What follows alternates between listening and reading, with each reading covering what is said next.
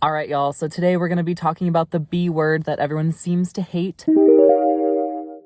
What's up, guys? Thanks for joining. My name is Trey. I make videos based off of personal finance. Ultimately, I'm doing this to hold myself accountable to eventually leave my 9-to-5 life. If you want more context on that, I have many videos on my channel about that, and you should probably start with this one.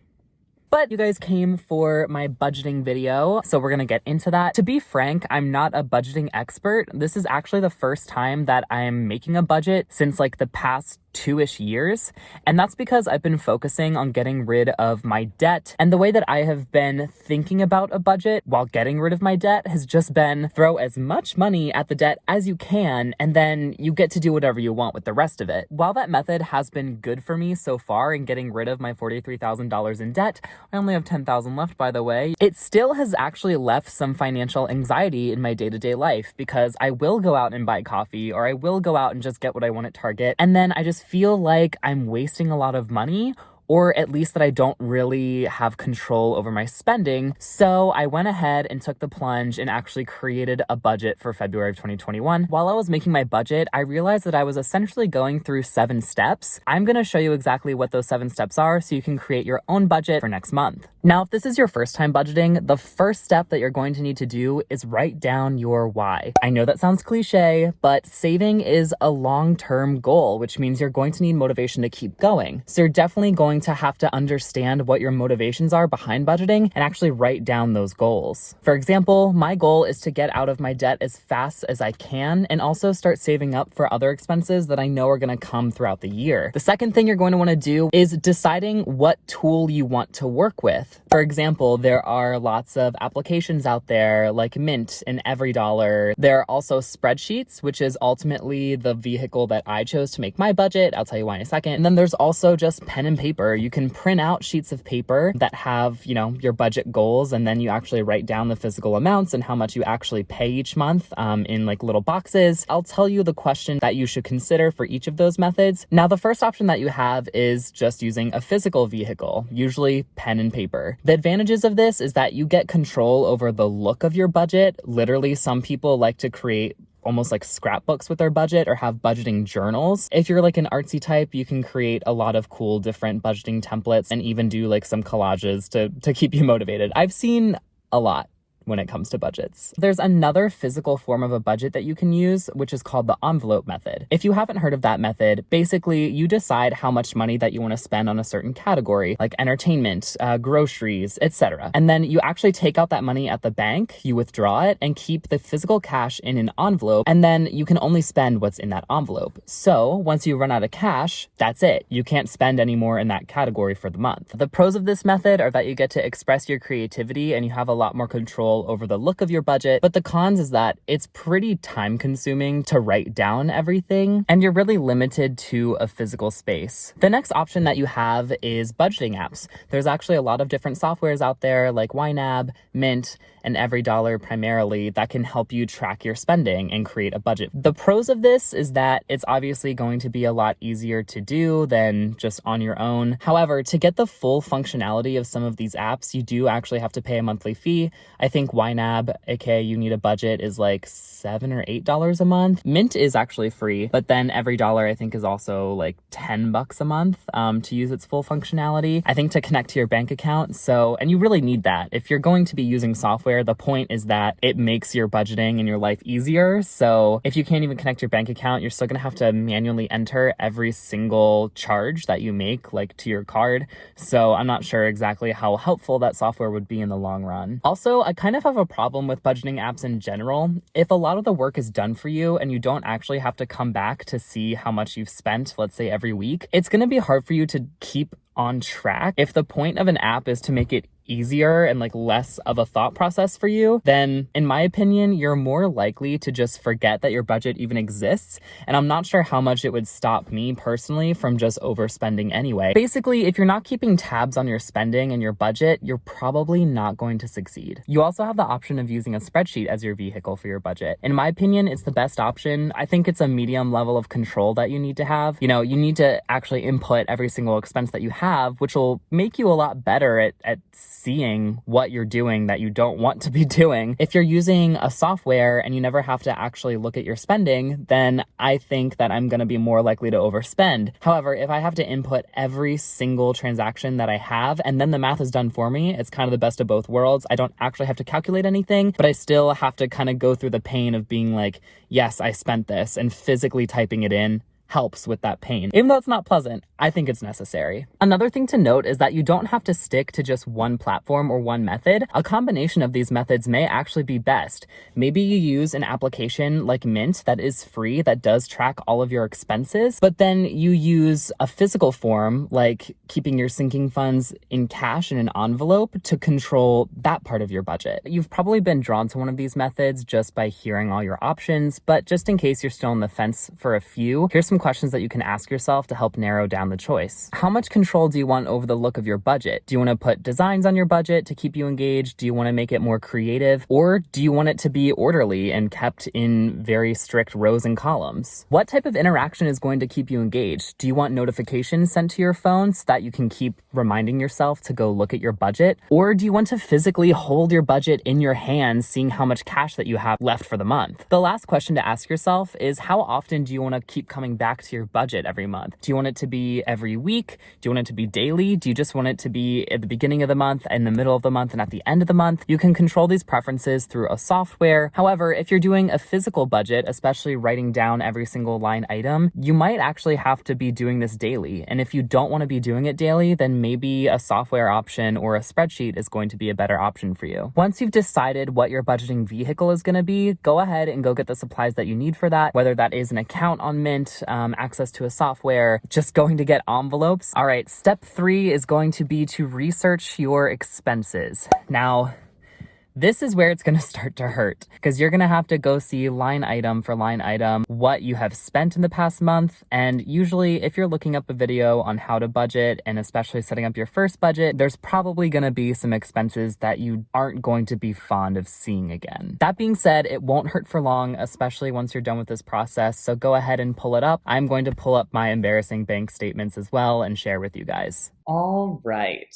Okay. Let's start from the beginning of January. I can tell you right now that this is going to be pretty much all restaurants. I have not spent much on anything else in January, but we'll double check. We can see our stimulus check. We saw that I bought beer, and that was actually for New Year's Eve, and that just came out in January, but technically not January spending, IMO. The $665 is my rent. The $85 in Venmo. The nerdy thing about me is I really like game shows. And something that I did was I actually made my own version of The Weakest Link, and I made my friends play it, and I gave them actual money for playing, because that's how the show works, and I wanted it to be authentic. So $85 came out of my account for that. And I know that sounds like a needless expense, but it was very fun. I got to do something that I was passionate about, and I got to help my friends, so I think it was definitely well worth it. $15 Vita France, that's just a restaurant. Dunkin', $1,500 is my student loan. Kava, Starbucks, Dunkin', Trader Joe's, McDonald's. Oh God, the McDonald's. Yikes. Yeah, the McDonald's is not cute. We got 3 within the span of 3 days. The $30 Venmo payment is probably for electric. Norby's is a coffee shop, a local coffee shop. And yes, I know, Latte Factor people, you're gonna get on my case for it, and I understand it is an area where I'm going to need to cut back. Auto insurance.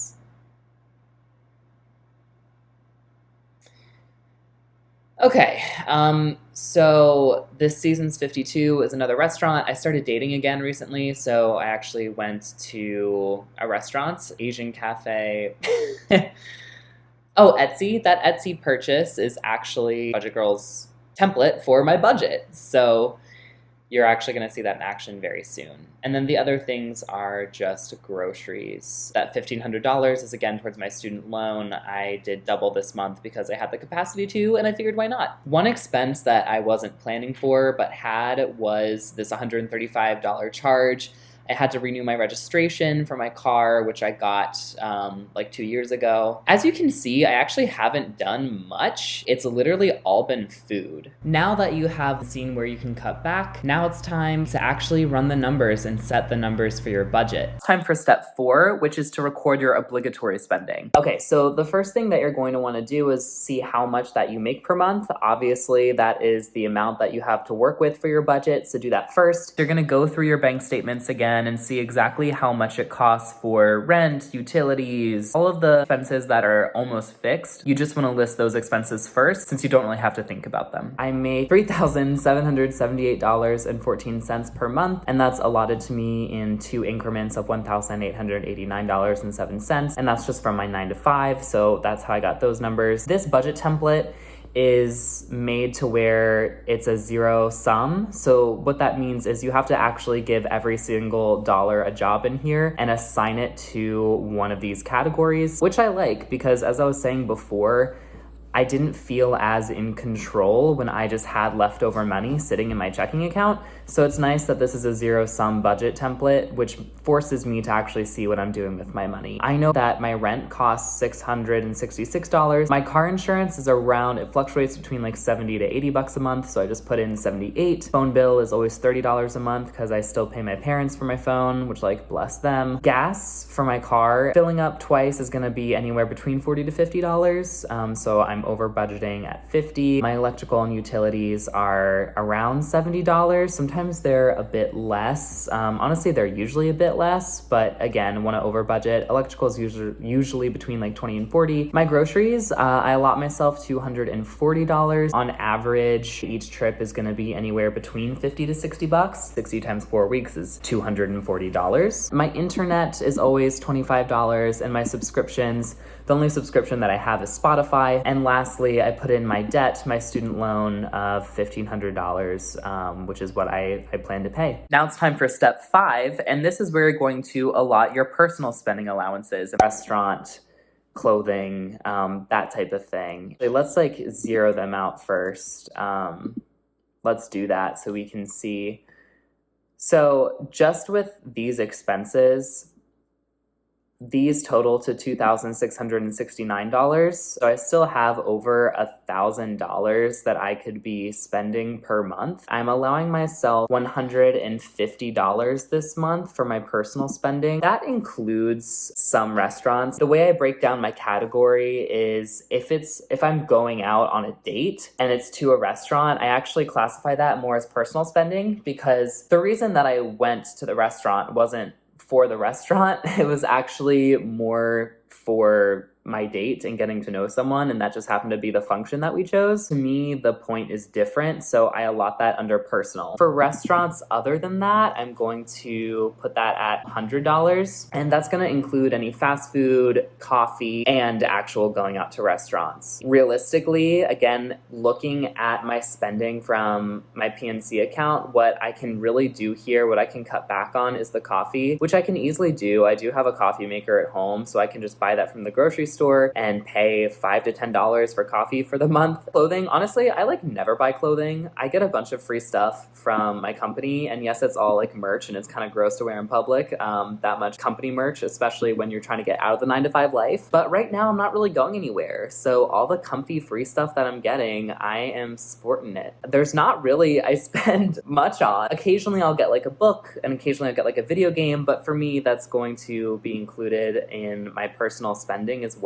Really, that's pretty much it when it comes to my expenses. So that's gonna total, after putting in these budgets, $2,919, which means I still actually have a little under, like $900 to budget. All right, and step 6 is actually going to be kind of a fun part. If you have any more room in your budget after all of your expenses are listed out and maybe your savings goals, then you can determine where you want the extra money to go and actually start my sinking funds. I wouldn't have had to pay that $135 for my car registration if I had started a sinking fund a couple months ago for car expenses. So what I'm doing now is I'm actually utilizing this savings section of this template to start that goal and have that be a priority in 2021. What I'm going to contribute $400 to, and the majority of the budget, is to my 6 to 9 months of expenses in my emergency fund. The next thing that I'm saving for is Christmas.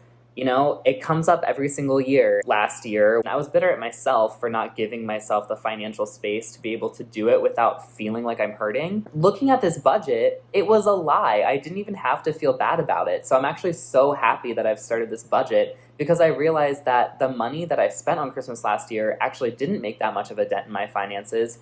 And now I can actually plan for it ahead so that no matter what, I'm gonna be covered and I don't have to feel guilty about it.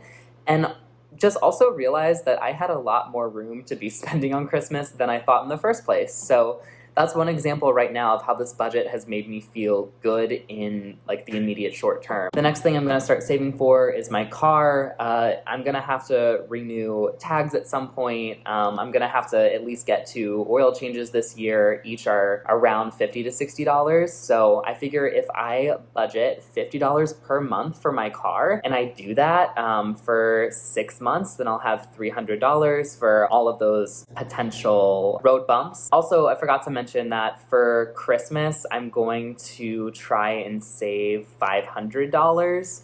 So again, that fund should be done in 10 months. And if I want to get it done sooner, I will bump it up next month. I'm just going to see how this February budget goes to start. And then the last sinking fund that I'm contributing to is actually a trip for myself. I'm taking a road trip to celebrate getting out of debt. So you can see that I actually wrote that it was a debt celebration. Me and my friend are going to go see our other friend down in Florida once I am out of debt. Just, yeah, again, as a celebration, because it's been 2.5 years of my life and a huge, huge life milestone and one of the hardest things that I've ever had to do. So we need to celebrate those wins. Doing that in June. I'm gonna save up around $1,000 for that. The reason that the sinking fund is so high is because this trip is going to happen halfway throughout the year. Christmas, I have a long time to save for, and my car, I should have a long time to save for. You can see also that I have an investment account with my employer, and I contribute a little over $100 each paycheck. That totals to $229.16 per month. Now that I'm looking at this, I can see that I actually messed up my budget by $100. I'm $100 off, so we're actually gonna have to go back and decide where I can cut back. Messed up a little bit, but that's okay. We're gonna do this in real time. We're gonna fix it. Still think allowing myself $150 for myself, really $250 just for myself and restaurants, is fine. I don't think that's unrealistic, so I'm gonna keep that. If anything, I might actually bump up the personal a little bit, but we won't. So we're gonna go back at these sinking funds and take another look. I think that $50 for Christmas and $50 for my car are also okay. And my road trip, again, does actually need to be higher because the trip is coming sooner. My emergency fund, I actually already have $4,000 saved. I'm really debating just taking it off of the emergency fund because I already have some saved. It's not really necessary. We're just going to take $100 from the emergency fund. Yeah, and our total expenses does equal our total income. So that is that. And now I am done with my budget. And step number 7 is to set up a time to follow through with this budget. I'm gonna do it weekly, but just setting a time that you're going to take a look at your budget and input all these expenses, especially if you've chosen a vehicle where you need to do that, is important because the budget is supposed to be something that makes you feel good about your money. So pick that date now and just continue to improve and see if you're meeting your goals. And now we're done. Those are the 7 steps. Now you have a budget that you can depend on and have a tool for mastering your money going forward. I'm very excited to see how this budget works for me. I'll keep you guys posted. I'll definitely make a video at the end of February to see what I stuck to with this budget, if anything changed. Thank you guys so much for watching. I hope this video was helpful. Please let me know if it was helpful by leaving a comment. Also, let me know what your budgeting goals are for this year. I'll see you guys next time with a new video. Until then, peace.